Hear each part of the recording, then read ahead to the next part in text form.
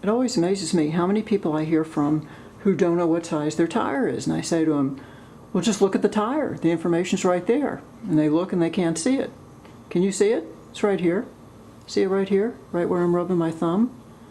Now the reason you can't see it is because it's molded into the tire, and probably doesn't do a whole lot for marketing to have this blatantly displayed on the side. Let's move in on it just a little bit more here. Maybe if YouTube is good, you can just start to see that raised print.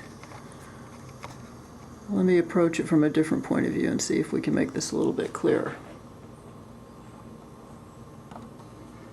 Okay, let's go back to kindergarten here and see what this thing says. The tried and true method, since I probably can't get the light just right, you could see this if you held in the right light, but it ain't gonna happen here, so let's do this. This is fun, isn't it? This is like scratching the lottery ticket, maybe?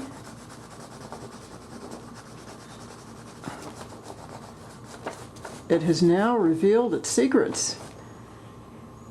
And I'll read it for you in case you can't see it really well.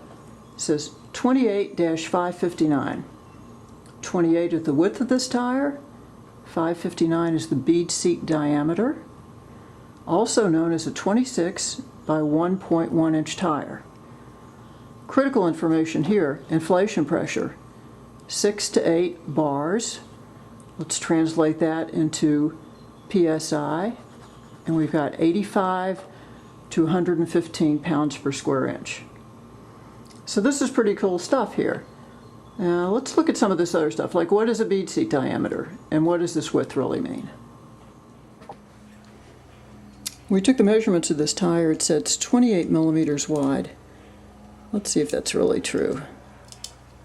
Let's take this caliper here, move it down here so you can see it a little bit better, and measure this and see what we come up with. Whoa, I'm reading 26.27. Accuracy of this device is plus or minus 0.1 millimeters. So this tire is considerably narrower than 28. Turns out that this is an area where there's not a whole lot of standardization. There's a ton of standardization in bead seat diameter because it's really critical. But width really floats around. It can be all over the place.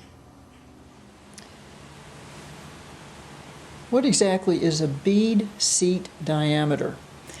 Well, if I take this tire right here and I pull it away from the rim, you can see this area right down in here. It's the very bottom part of the tire.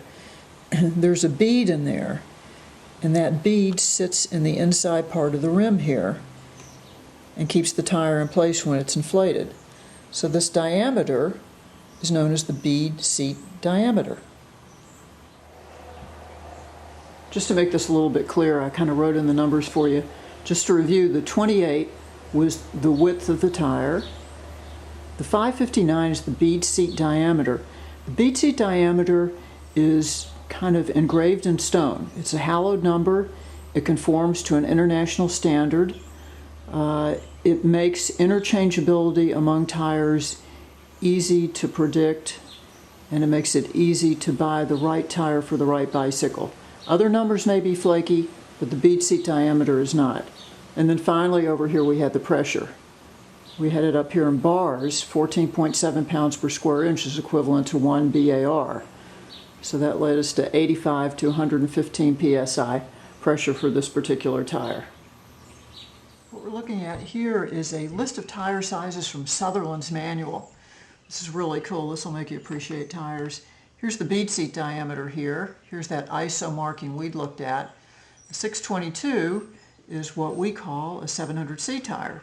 Probably not what you would expect. Let's go down here and look at a few more. Now here's a good one.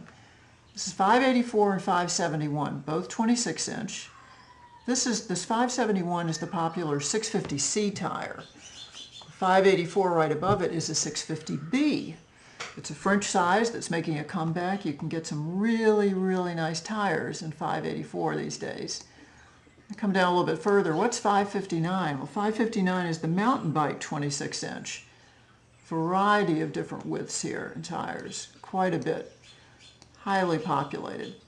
Come down a little bit more, what do we get to here? Here's 520.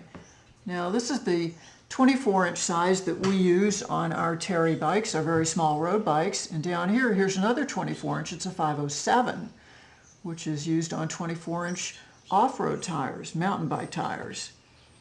You could spend a lot of time just looking at this. I mean, there is some really great stuff here.